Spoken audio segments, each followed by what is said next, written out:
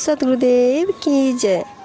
भुअंगम वासना बेधई, चंदन दोष न लाए, सब अंग तो विश्व भरा, अमृत कहाँ समाए।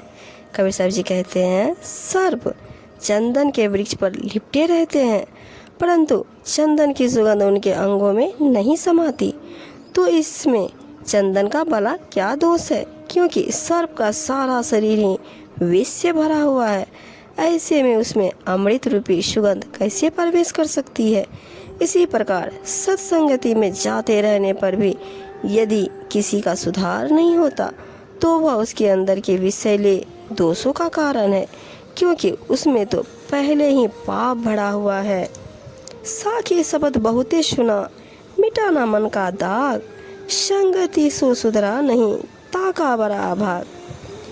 साखी शब्द बहुत सुना, परंतु इससे मन के मैले दाग नहीं मिटे, दोष विकार समाप्त नहीं हुए। सत्संग में जाने से सब सुधार हो जाता है, परंतु जो संगति से भी न सुधर सका उसका बहुत बड़ा दुर्भाग्य है, क्योंकि इसके अतिरिक्त और कोई उपाय नहीं है। जा घर गुरु की भक्ति नहीं, संत नहीं मेहमान, ता घर जम डेरा दिया, जीवत भय मसान।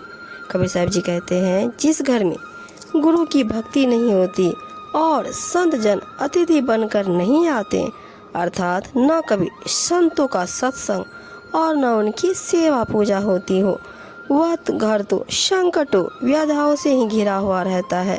समझो वहाँ मृत्यु ने अपना डेरा डाल दिया हो। वहाँ सबके जीते जागते हुए भी शमशान जैसा लगता है। वहाँ जीवन की सार्थकता कदापि नहीं हो सकती।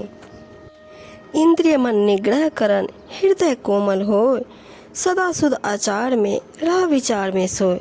साहब जी कहते हैं साधु जन इंद्रियों और मन का निग्रह करने वाले होते हैं, अर्थात इंद्रियों एवं मन को विषयों से दूर रखते हुए संयम व पवित्र भाव में स्थिर रहने वाले होते हैं। उनका हृदय बहुत कोमल और आचरण सदा ही शुद्ध होता है। इसी प्रकार उनके विचार भी पवित्र होते हैं, अर्थात वे पूर्णतः मन वाणी व कर्म वचन से पवित्र होते हैं। साधु संत हीरे के समान होते हैं, जैसे हीरा घन की चोट पड़ने पर भी कभी नहीं टूटती, उसी प्रकार चाहे कैसा भी संकट आ जाए परंतु साधु विचलित नहीं होते। साधु कच्चे घर के समान नहीं है, जो जरा सी चोट पर टूट जाए। एकाग्र चित्त के कारण ही साधु जन्म मरण के चक्र से मुक्त हो जाते हैं। रक्त छाड़ी पै को गए, ज्योरे गौ का बच्च, आगुन छांडे गुण गहे, ऐसा साधु लक्ष्य।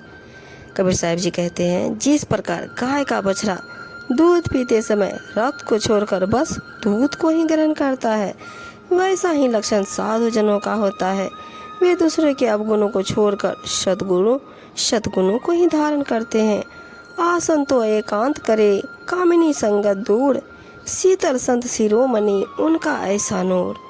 साहब जी कहते हैं संत जन एकांत में आसन लगाते हैं तथा स्त्री की संगत से दूर रहते हैं, अर्थात स्त्री की कामना से मुक्त रहते हैं। संतों के शीतल मधुर स्वभाव का ऐसा दिव्य प्रकाश होता है कि वे सबके शिरोमणि और वंदनीय होते हैं।